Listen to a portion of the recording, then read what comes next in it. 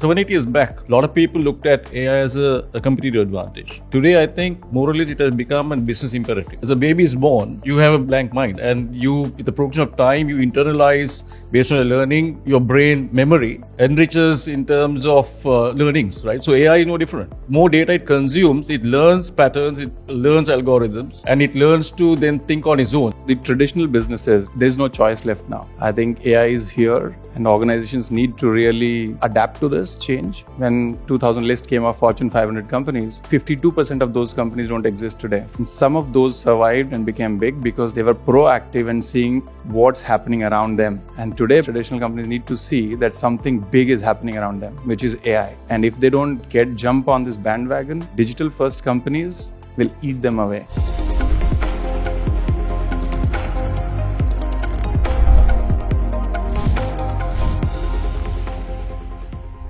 Prioritizing data helps businesses stand out and also fosters a culture of innovation.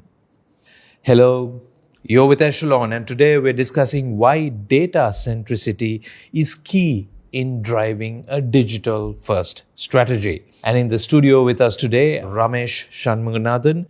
Ramesh is Chief Executive of John Keells IT and Group Chief Information Officer at John Keells Holdings.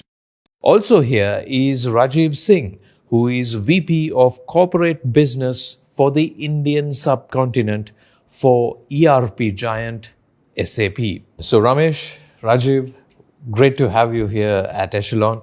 Let's start here, Ramesh, and this is kind of a broad question to enter the topic. Why is an AI first strategy important, and what role has data centricity to do with the success of such a strategy? Samir, I think AI has been probably most abused word probably these days, I guess. And about 7-8 years back, a lot of people looked at AI as a competitive advantage. Today, I think more or less it has become a business imperative, right? Because why so? I would name probably three reasons.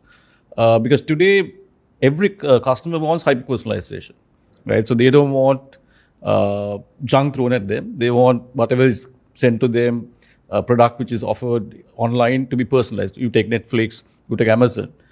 Based on your buying pattern, you get a lot of the things getting personalized to you so that your propensity to consume that is more.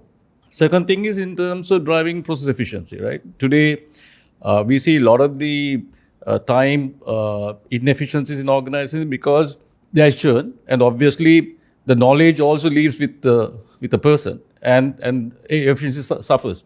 So today with AI, you are able to build on that knowledge base and enhance that quotient significantly with the progression of time, right? Third one is the business model innovation, right? I think these are the three I would think business imperatives which is driving AI, and AI without data obviously is I'm going to ask you to relate that to data. How does personalization, process efficiency and business modeling innovation link data to that? Any human being, right? As a baby is born, you have a blank mind, right? And you, with the progression of time, you internalize based on your learning. Your brain memory enriches in terms of learnings, right? So AI is no different. So the more data it consumes, it learns patterns, it learns algorithms, and it learns to then think on its own, especially with the artificial generative intelligence. So I think that's where the world is going, right? So you're trying to mimic a human being from a computing lingo.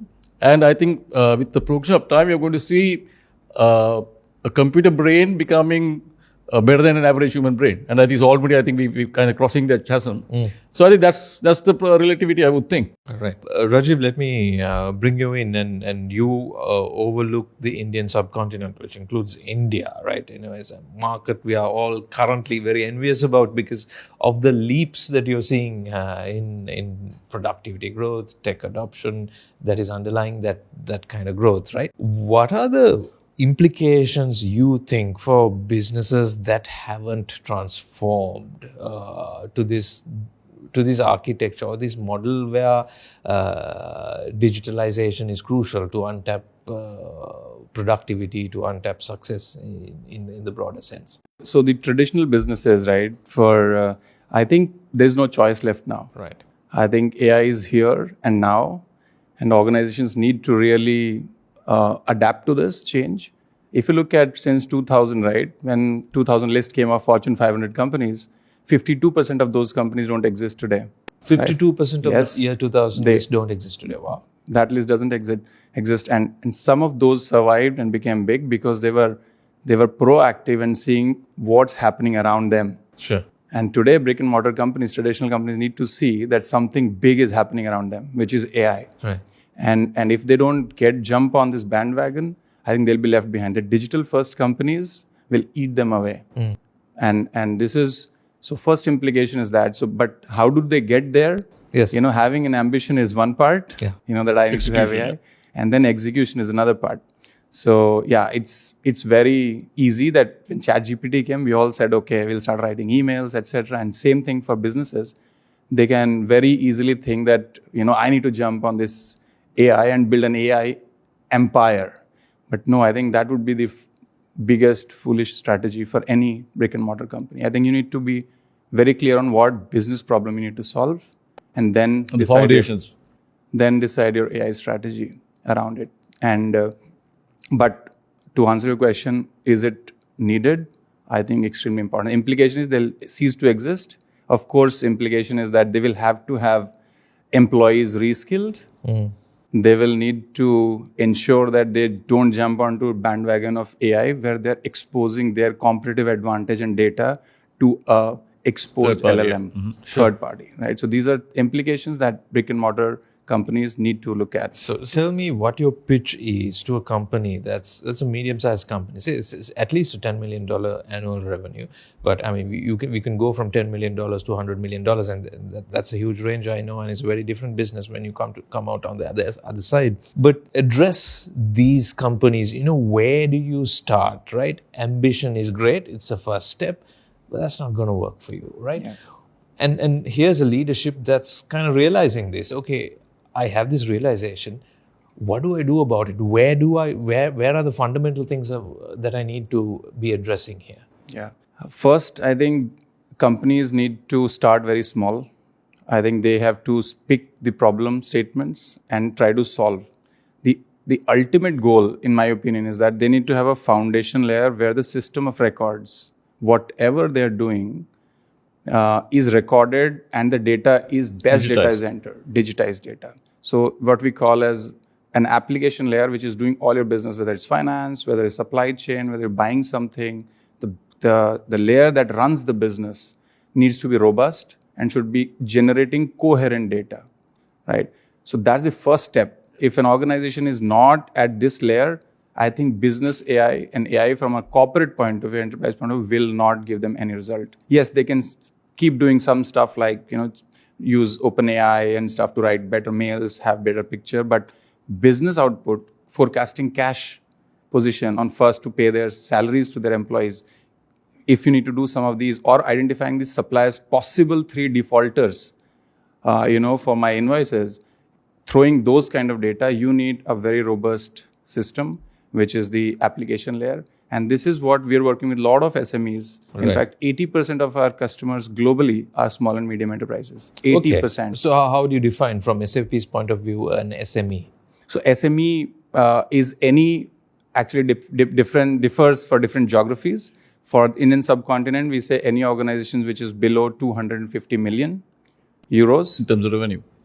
Below 250 million is SME. Right. And this ranges, our customers range from 25 million to billions, right? So our customers range. So 80% of our customers fall in this bracket in Indian subcontinent as well. Annual revenue of... And also, something the important point is, I think, if you consider today, if you're building a business off a box of Legos, this also lends itself to, for a company who's starting even at a 25 million revenue, might be focusing on a part of a value ecosystem, right? And by being digital and even leveraging AI, they can optimize the resources they want to consume. Say, for example, with COVID, every kitchen became a cloud kitchen. But that wouldn't have been a reality if Pick Me and Uber weren't there for the last mile delivery. Sure. So they didn't have to own it. But with being on the digital platform, using AI, they're able to optimally use what they want to consume from the ecosystem and then build what they are good at, right? So I think you don't have to own the entire value chain anymore. Right. So I think that's the benefit today we are seeing in the today's business model innovation, is that you can focus on one or two that what you're good at, and then use digital to connect the dots and use AI to optimize that. Link that up with data centricity. I mean, we are talking about SME customers being defined as ones with 25 million euro annual revenue, as far as SAP is concerned. And we talked about an application layer. You need the fundamentals in place, right? And here is a business that's kind of maybe thinking, okay, I've got some of that stuff in place. I'm not sure whether the application layer I'm running is the best in class. Can it scale? Can it kind of deliver for me the results I want? Relate that to data centricity. Should you be thinking about these two things independently and dealing with them independently? Should you kind of think through as a whole? How do you start? So if you look at the process, say for example, you take a manufacturer. Now say the supply chain. They may be, or say for example, if I'm producing soft drinks, I might have to buy raw material like sugar.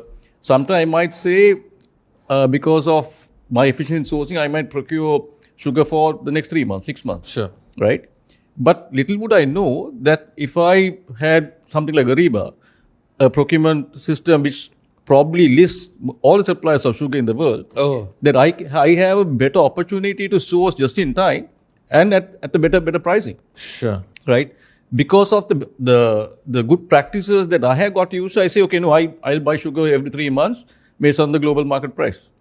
But little do I know that the price volatility is so much that I could say, if I really track the price volatility through a procurement system like Ariba. Maybe that's fantastic. So you're sharing data across the network so that your decisions are optimized. Can you explain how this happens? Absolutely. I think building on this data centricity as well.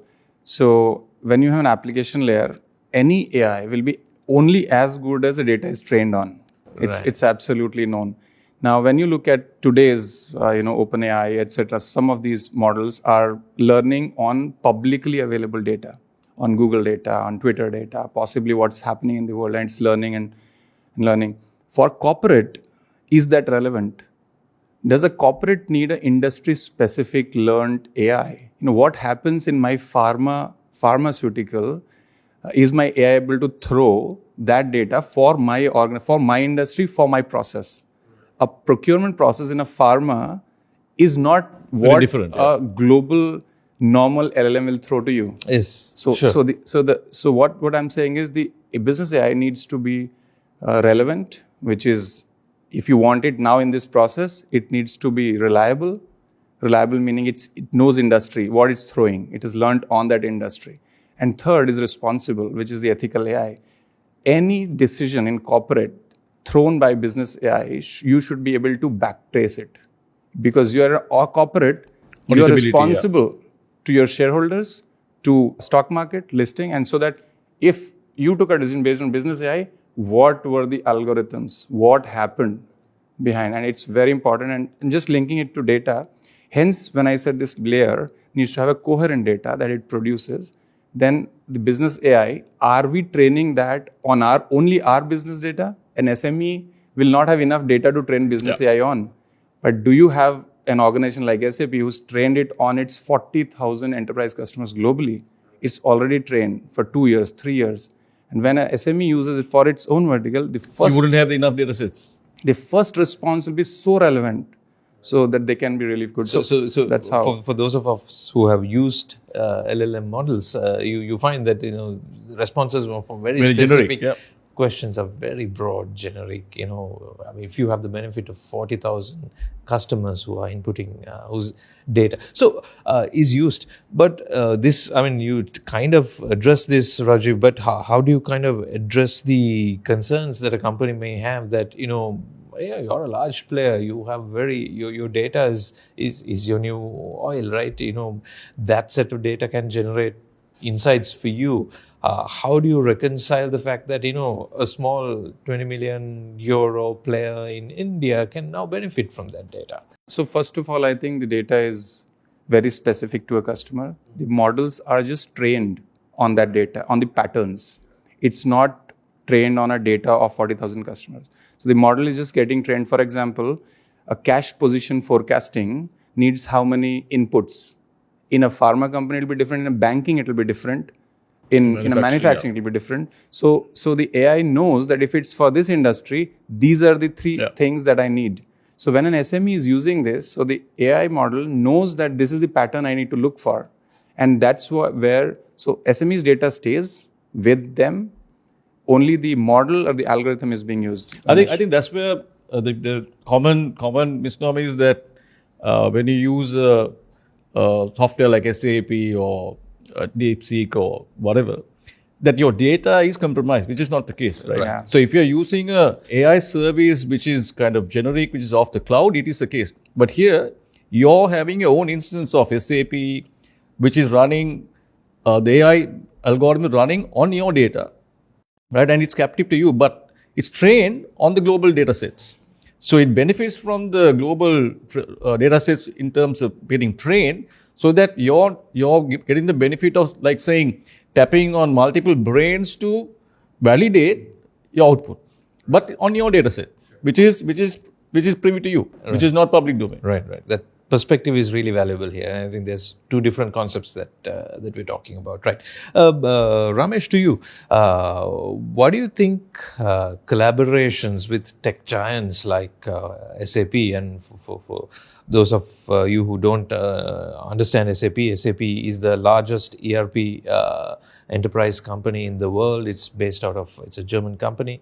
It's been in business for 52 years. 52 years. It's a long time for a tech company to have Survived and thrived. It's not just survived, but thrived, right? So when you collaborate with a company like SAP, what do local players, local businesses have to gain? And when you work with a partner like JKIT with SAP, what's the synergy? What do you put on the table? If you look at something, I think John Keys was probably the second customer to implement SAP way back in 2004 after MAS. But that time it was very pricey, and it was, I think, felt that this is only for the enterprise big boys. Right. But today, that myth has been broken. So today, we are seeing SMBs embracing this with open arms, because they see a lot more bells and whistles which comes with the ERP. Is not only about just transaction processing, right? So you have your data algorithm, you have extensibility in terms of process automation, even all the new stacks that you're talking about. So today, if you look at a manufacturing company, gets the benefit of, even if they don't want to do procurement on their own, can even have a procurement portal externally, but still use the external data sets through, because it's a modular architecture which has been availed, right? Like I said, the Lego box. So today a customer could incrementally build that infrastructure and the applications, because he doesn't have to own today, right? So today, earlier, if you look at when we implemented SAP, we had to build our own data center, we had to procure our own servers, own storage.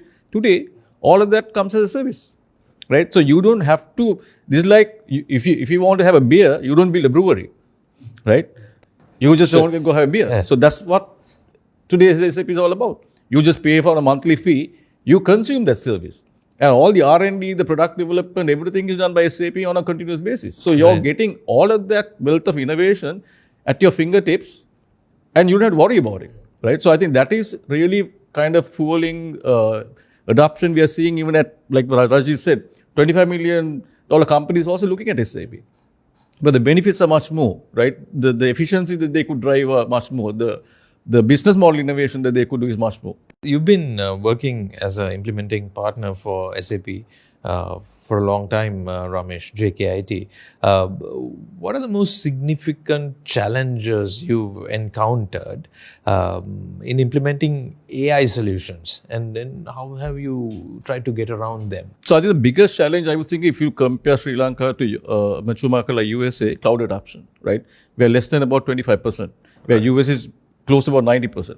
So why I'm saying that is, now when you have most of your infrastructure running captively in your data center, you are constrained by capacity. You have to at least look at a capital life cycle. So innovation is restricted by a capital life cycle of depreciating that asset every 5 years.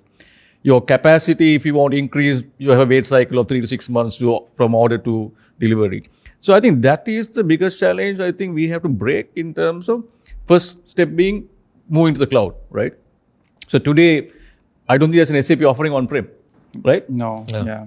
So because it clearly says On premises, you have to having buy the data servers. center. Yeah. So today it's a given. A business who is going to start today has no option to go on-prem, right? So the legacy, it's about how do you bring legacy to digital? That's the biggest challenge. But the guys who are on a legacy tech have this fear of the unknown and don't want to give it up to move to the cloud. So if they don't take that step, AI is going to be a pretty difficult and daunting task because your data sets, your data is which is going to grow, which is going to fuel your innovation, right?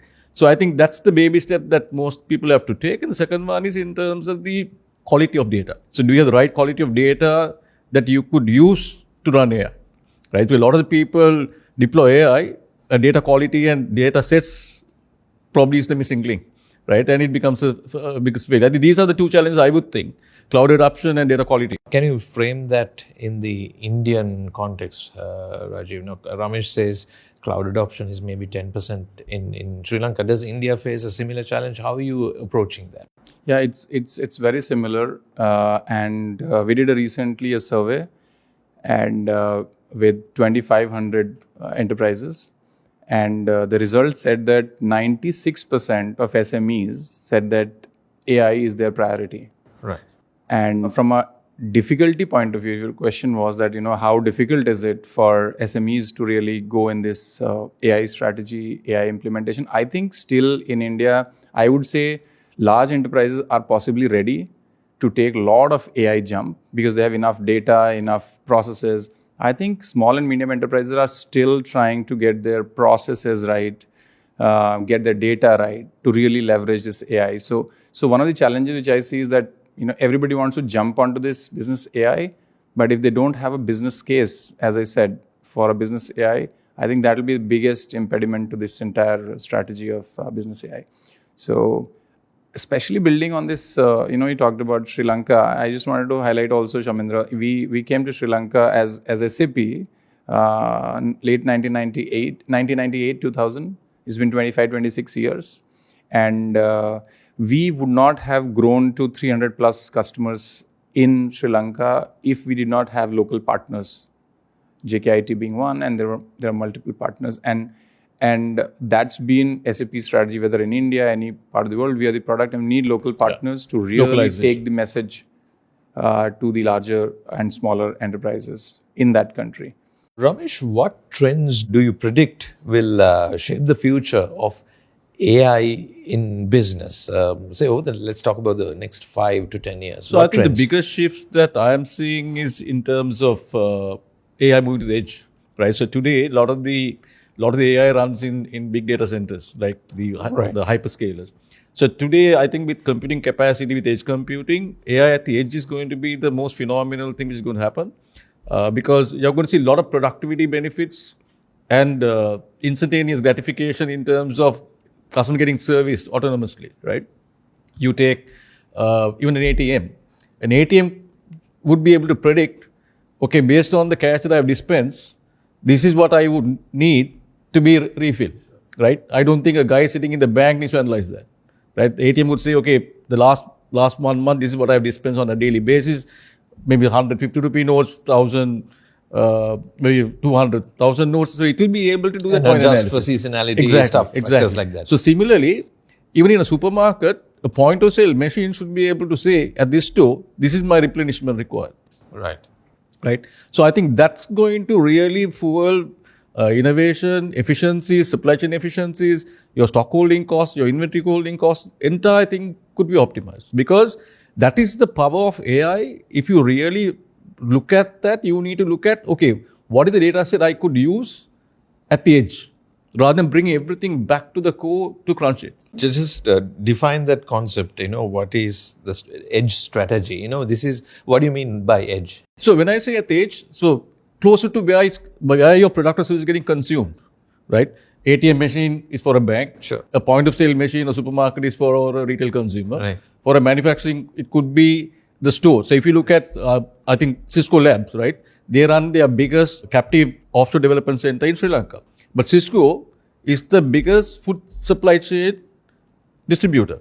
So the first deployment was point of sale machine, right? The point of sale machine gave them input. This is what this restaurant is ordering, right? And this day, I think Cisco started here about as Cake Labs about 10, 15 years back. But that data at the edge is what is fueling the innovation today in terms of managing the entire food supply chain, right? So I think that is what businesses need to think of. Why am I collecting this data? How is this data going to impact my consumer who is consuming this at the edge? If you don't connect the two dots, AI won't be sustainable. But that's why that point solutions in terms of AI, the life cycle will be very short, right? So you got to continuously keep reinventing your wheel to ensure that ultimately you're personalizing that to the customer and he's happy and he's going to come back and consume more. So those AI insights necessarily should lead to Benefits. an altered strategy. I mean, you can get the insights, but you acting on them means you need to relook at how you're running your business, how you're making your decisions, what processes underlie that. So you're coming full circle virtually. Just adding on to that, I think this edge, another term which people are now using in the tech world is also called as agentic AI. Agentic AI. Yes. Agentic AI is what, in a way, Ramesh is what talking about also edge. Edge could be on that machine which is about to fail. Let's say you're an amusement park and there's an AI which is today is emitting data to cloud. Cloud is analyzing it, sending it back. Hey, you're about to fail, right? And there's a latency. What Ramesh is talking about is on the edge, there's a chip which can just tell machine and stop that machine then. There's a heat. So this is something the future of AI is. What as a tech company we are trying to solve is have that, call this as agents of AI at the edge. And then that agent is talking to the agent at backend for decision making. It's not only information, but also transaction. So agents are talking. In SAP, we've already touched this space within the gamut of SAP or enterprises. So we're saying that there's an agent of supply chain, there's an agent of customer, there's an agent at POS machine. So if something's happening, that agent is pinging, checking that is my inventory there or not there every time. And there's an inventory agent sitting here. It is telling that, hey, do you need more? Do you need more? There's a connection happening. If there's something wrong, the transaction happens. The inventory is dispatched that place. So this is what we're calling it as the next level of AI, which is called agentic AI. And we believe that the future of AI based in corporate should not be entering anything. It should be a co-pilot mode. Hey, tell me what's happening in this store. And it should be just, agent should be talking and then you have the result so that you can just act very fast. So this is something that we've already started working and we have something called as SAP Joule. Joule is your co-pilot. So it's an assistant, intelligent assistant. And we are saying that assistant will not execute on your behalf. It will not replace you. It will ask because it's very important for So I think that's the reason you call it a co-pilot. The pilot is there. Yes. Right. So it is assisting you. It's an assisted thing. So and also I think the lot of the opportunity with AI is also in terms of taking it to the next level. Say for example, cybersecurity, right? Today, your endpoint security which runs on your device draws intelligence from the central node and can even mitigate the threat, right? Because I think that's what now we're going to, in terms of MXDR, manage extended defense the remediation. So I think that is what technology is evolving too, right? So you will still have the brain, but your edge is able to make decisions with the limited knowledge and the algorithm which has been pumped into the edge device also. How can organizations prepare for the potential disruptions that AI may bring to traditional business models? I mean, you talked about how unprepared the average Sri Lankan SME business is. I mean, let's talk medium-sized business. I think the bigger challenge would be to come to terms and get comfortable with the technology which is evolving rather than fight it. So I would say the more you kind of alienate technology, you're going to probably your very survival is going to get threatened, right? So I think the moment you start kind of getting familiar with the technology, at least do some low-hanging fruit stuff, experiment with the technology, so that you understand that even to use AI, there is foundation stuff which is required, right? Like he said, you need to have a transaction system, you need to have quality data. So that build up at least is going to be a 3 to 5 year journey, So, but good thing is, even if you're starting a 3 to 5 year journey with a platform like SAP, AI is embedded. So you don't have to wait a 3 to 5 year journey to start your AI journey. So the day you jump onto a platform like SAP, your AI journey starts at the same day. Sure. Right? Because not very long ago there were companies that were trying to deploy AI Independently on the platforms. That'll be difficult. That'll be difficult for SMB because then you have to get to the 5 year maturity, then deploy AI. Here you have a organization is giving all packaged in so that you can benefit of the technology which is evolving in sync with your journey in terms of your business as well. I think beautifully put, Ramesh. I think the fastest way to get on AI is to work with a platform which is already embedded AI, because taking out data, building data lakes on it, building connections, and that's what we say that why it is important. You have a system, you take the data out to a data warehouse where you want your AI to learn from it. Now the data you've taken out, but you don't know the context of the data. So when I say, let's say you've taken a material number, this is my material, this is my phone material number comes. Yeah. It doesn't know phone came from which supplier, phone belongs to which employee, phone is an asset of employee. The data doesn't know the context. So now somebody will sit on this data store and build context. It's a service. It'll take 6 months for somebody to build that context. And this is what you call as data cubes. Then AI will come and they'll start learning, a phone belongs to possibly employees, it comes from suppliers. Then it starts learning, right? What we are saying is that if you have a platform, if that data is contextualized, what SAP is saying, in ERP, we know we hold the most important data of corporates, what is happening in finance, what is happening on procurement. So when you take this data out, we know this phone has 5 connections. And this phone's data is metadata of phone data is very important in AI. Then AI knows that what to learn out of it. And this, as Ramesh said, can just make your process of AI adoption so quick. So the strategy, in my view, for any SME should be look for a base level of ERP, what we call as Grow for SME. And that comes with embedded AI. So everything on your business process you can do. You want to build anything on top of it, which is not within this purview. Let's say you want to build something for visitor management, or you want to do something beyond this and get that data also in AI to be trained. You can build an AI as extension, as extension to non-SAP data, which is outside data. And then the AI layer can learn on everything, SAP plus non-SAP. And that's the fastest way to So the beautiful thing is, they have 150 pre-built models, right? So like mini LLMs. So for a CFO, for a CIO, for a CHRO. So they have a CFO dashboard. So most of the KPIs the CFO will look at is there. He could drill down and get to, as I said, in AI, it's about asking the right question, not finding the answer, right? So all those questions are embedded. That's called embedded analytics, right? So that power, if a company has to build, they will need data scientists, they will need a modeler, all of that. So that resource for an SMB is unaffordable and unsustainable. So this gives you a quick answer in terms of evolution. And then building your purpose-built models, maybe you could go to a partner and build those as extensions. So if an organization is kind of getting into this journey, right? Sure. Now you outlined how to approach it. Get out there, start building these base layers, and start working with the data. From day one, you can have AI working alongside you, right? What capabilities should they also be thinking about in terms of people? Does that matter in this transformative journey that we're talking about? Nothing can be implemented without people skill. First point.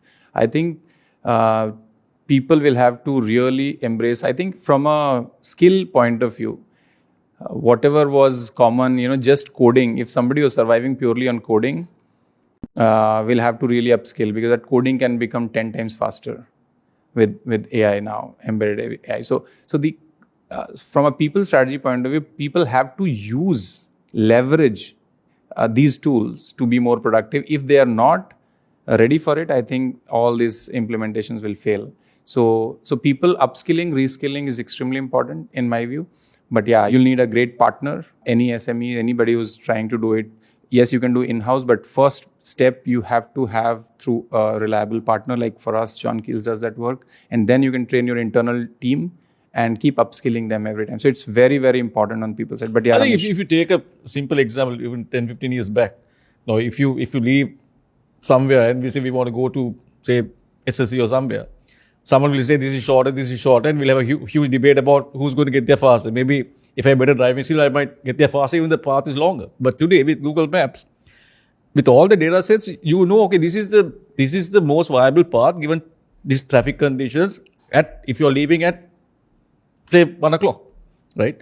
So that is how context sensitive your decision is, right? So today AI is giving you information, but ultimate decision lies with the pilot. It's a human being, right? So if I have access to Google Maps, I don't want to use it, is my problem. But we are saying it is there, use it. Only thing is your quality of decisions and outcome and cost of that outcome is going to be optimal, right? So I think that's the whole thing that people have to come to terms with. Is not that AI is saying that it's superior, but it is obviously having a better data set and a better algorithm to give what you want, consume it, right? I think that's the simple answer. And I would think, as I said, it's got a lot of getting used to, right? And for the right reasons, not for the wrong reasons. So that's where the ethical, all these guardrails, everything matters as well from a governance standpoint. As we speak, Sri Lanka is embarking at a very broad national level on digitalizing identity, right? India has done that, and I think it's unlocked a lot of value for people, for companies, in all sorts of unimaginable ways, right? As companies have to now consider what are the likely implications on their industries and businesses due to people preferring to use mobile smartphones for payments and all that, right? Should they be thinking about AI in the mix of the solution that they'd want to see here? Definitely. I think a couple of the industries, if you look at health, agriculture, tourism, if you take the airports, right? I think AI could definitely eliminate a lot of points of friction in terms of industry that we want to expand and maybe accelerate growth, right? Even agri-tech to healthcare, wherever we feel there is a shortage in terms of people but the demand is more, right? Demand exceeds the supply in terms of service quality. The AI is a quick fix, right? Because it's automation of the process and self-service. Right. So the issue is that I always say, you talk about mobile first, cloud first, then AI first. Right. So if you don't have mobile, there's no point going to the cloud. If you are not on the cloud, you can't drive AI. So because we kind of are proponents of that, say mobile first, cloud first, AI first. If you link the three, any business would be able to then give the consumer the choice to consume whatever product or service they're offering, when they want, where they want, right? And that's the power. Then AI is able to then predict, okay, is this customer going to consume this at store A, store B, what day of week, at what time of day, and what quantity. But it's also at the same time not so hopeless, right? If you've not really gotten a start, it doesn't mean that you have to wait 5 years to go step by step. With this, that's the thing. So with this, all this comes packaged in. Mobile first, cloud first, AI first, all in one box. Right. Yeah. In fact, we have implemented our shortest implementation of cloud AI based ERP in 12 weeks. So the customers have been up and running in 12 weeks, small and medium enterprises. So I think that's the pace that you can get with a SAP kind of solution, which has done For SMB, it's actually you're talking about 4 months. Yeah, 3 months, 4 months, and they're up and running everything. On your point of digital economy and unlocking the potential, I think one point is, yes, in India we saw ONDCs of the world, the UPIs of the world, they unlocked the digital economy, and a lot of fintech, SMEs got it's one way, it's a great opportunity. On the other side, if SMEs are not ready, they can just be overpowered overnight by digital natives. So there'll be a lot of data, a lot of demand will come your way, a lot of supplier requests will come your way when the digital economy opens. So you need to have a strategy, a platform, a AI strategy, which you can really skim through. Otherwise, you'll be wasting a lot of your resources on wrong leads, wrong suppliers, wrong. So a lot of data unlocking will bring a lot of data. You got to be ready to really utilize this, humongous opportunity which will be unlocked by digital economy. But I think Singapore and Dubai are probably two important things, because if you really want to drive digital, you have to drive e-government. Yes. Right? So e-government today, you can take a quick start with AI, right? Because you could automate a lot of the processes, cut through all these inefficiencies and bureaucracies, right? And give the power to the consumer to consume the government services. I mean, this has been a wide-ranging and fascinating conversation. I must congratulate both of you for being so open and contributing so much. Can I ask each of you to, if you have anything to add in conclusion, Rajiv first, and then Ramesh. Yeah, my point is that any organization which is looking for a digital transformation or AI as a strategy, you need to be ready with 3 or 4 things. One, your reason for change needs to be well documented. As a head of the organization, you need to know why you're transforming and define your KPIs. It's revenue growth, it's newer markets, whatever that goal, and how AI is going to, or any transformation is going to help you in each of the KPI. Second, look at building your platform or the base first. Any big building can be made only if there's good base. Right? It's a good, strong foundation. Yeah, good foundation. And foundation layer is what we call as the application layer, which is the ERP for organizations in corporate. So that's very important. Third, keep building. Put right data in that foundation layer also. Whenever you're doing, do not do, if the system is telling that do not go and edit dates, don't do backdate entry. If platform is giving that flexibility, it's not for you for future, if any. So SAP doesn't allow anybody to go change in backdates, etc. So that foundation is important so that you get the right data for the right analysis of AI.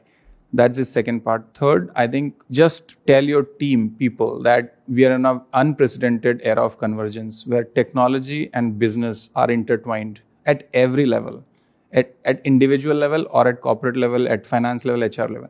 So if the employee of the organization is not appreciating this fact or learning, upskilling himself from a tools point of view, I think that will be done. And fourth, whenever you're thinking of this digital transformation, the last point is that look around your ecosystem.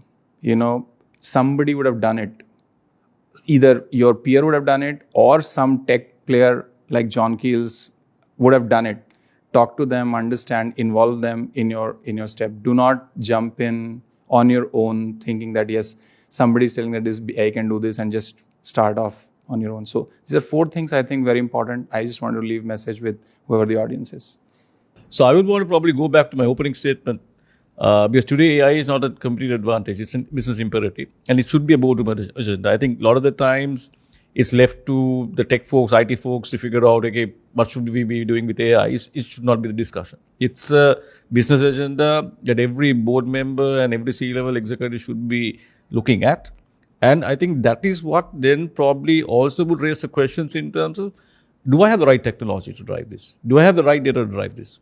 So the questions have to be raised at the board level, challenging the organization in terms of why aren't we doing this, right? I think that's the right way. I feel AI could be driven even in governments anywhere. It should be top down because you should be bothered if you're not doing it, right?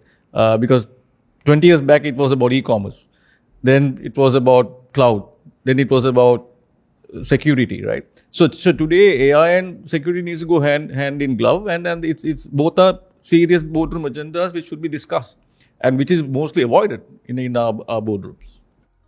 Ramesh, Rajiv, thank you. This has been a wonderful conversation. Thank you, Shamendra, for Thank having you. us. Yeah.